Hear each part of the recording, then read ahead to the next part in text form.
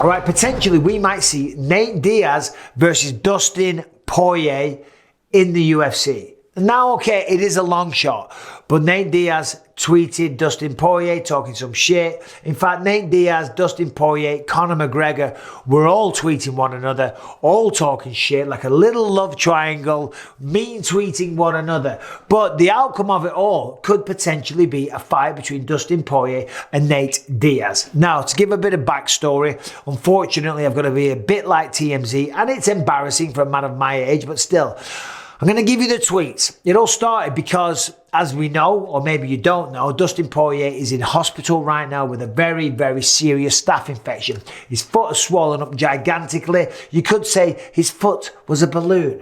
10 out of 10 if you get the reference. My foot was a balloon. My foot was a balloon. You want to see it? Do you know what I mean? But that didn't take Conor long to come back and respond, and he said, hey, get well soon, scruffy knickers. Which wasn't anything mean, to be honest. That was actually kind of a nice tweet, and it got a little giggle out of me. But Poirier responded, and this, it kind of was a little meaner. He said, you done filming Roadhouse yet? And I'm ready to get slapped around. So that one's a little bit meaner. And then Conor responded, of course, he doesn't take shit like that very kindly. He said, yeah, I'm in Amsterdam, jacked like Van Damme. You weren't just hurt, pal. You were scared. Don't forget it. I'm coming back to put you in a box. You're full of it. I'm sending you off this earth permanent. And stay waiting for the Roadhouse as well, pal. You and the missus will love it. Of course, a throwback to the your wife is in me DM kind of thing when he was talking shit after Dustin beat him 2 times in a row. First time knocked him out, second time obviously Conor busted his leg, but he wasn't going his way. But still, that aside, he was sitting on the floor talking a ton of shit, threatening to kill them both then. And that's what he's doing now, essentially, saying, I'll send you off this earth permanent. And then, of course, Nate Diaz, he chimes in, doesn't he? Hey, I'm not surprised, motherfucker.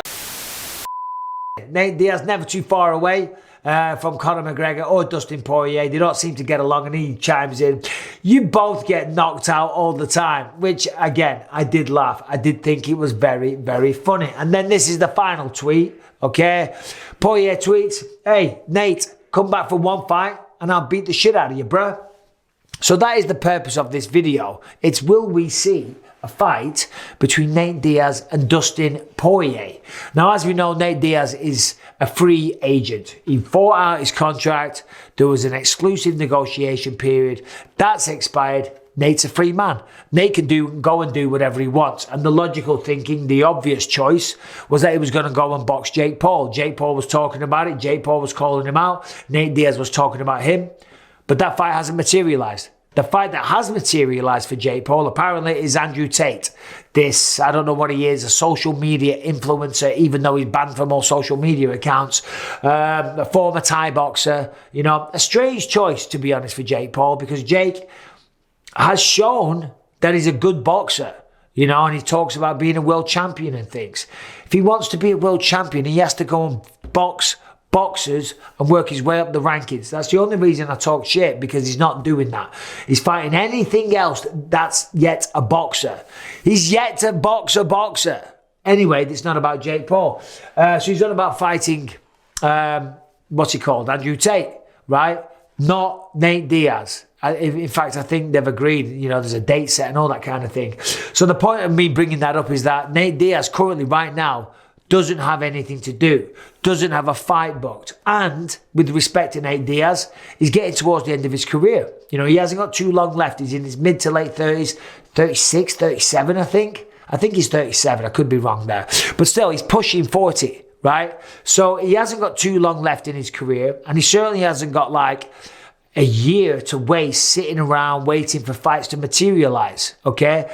You want to be busy. You want to be active when you're in your fighting prime. And Nate Diaz is a draw. Nate Diaz is a pull. Nate Diaz can make a lot of money, okay?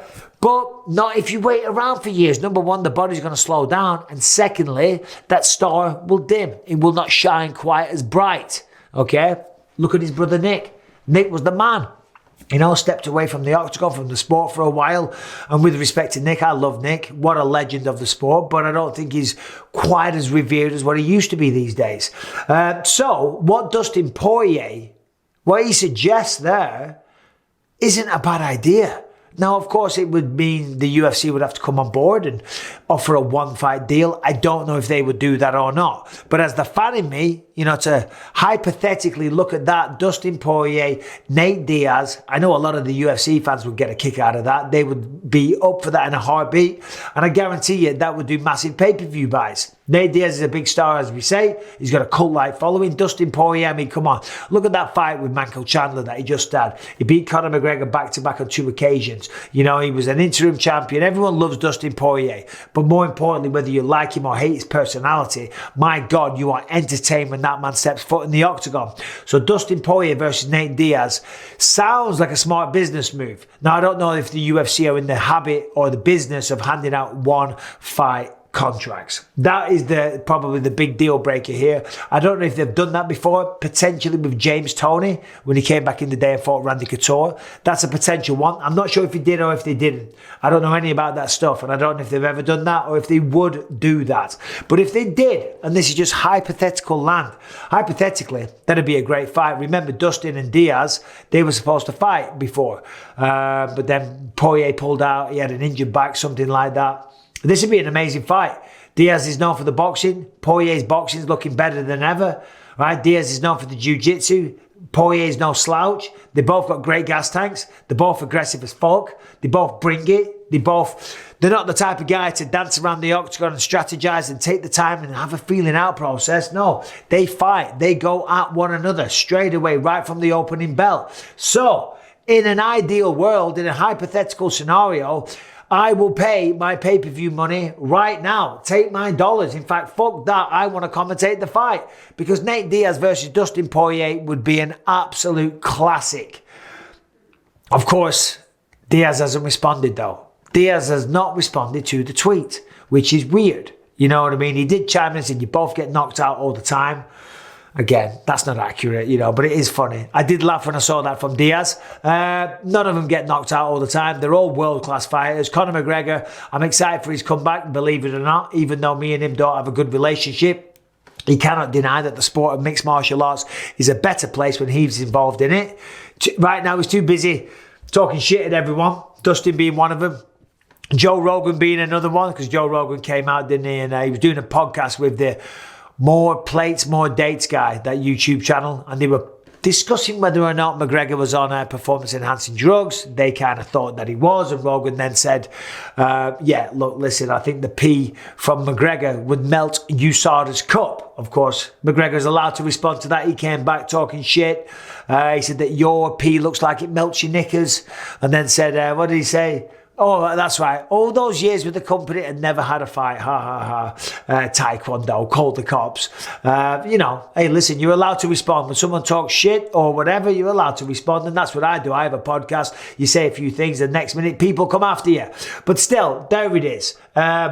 Bit of a slow news week, of course. 282 coming up soon. Lots to talk about there. Paddy the Baddy, Jared Gordon, Magomed Ankalaev, Jan Blachowicz, and a stacked undercard. Although they have had some troubles this week. Sadly, a few fighters have had to pull out, Robbie Lawler being one of them. Or Vincent Pru's opponent. He has had to change his opponent 3 times now. But can't wait for that one. Looking forward to it. But I'm just wondering how this plays out. What do you think? Do you think Diaz would accept that fight? Do you think the UFC would offer a one-fight contract?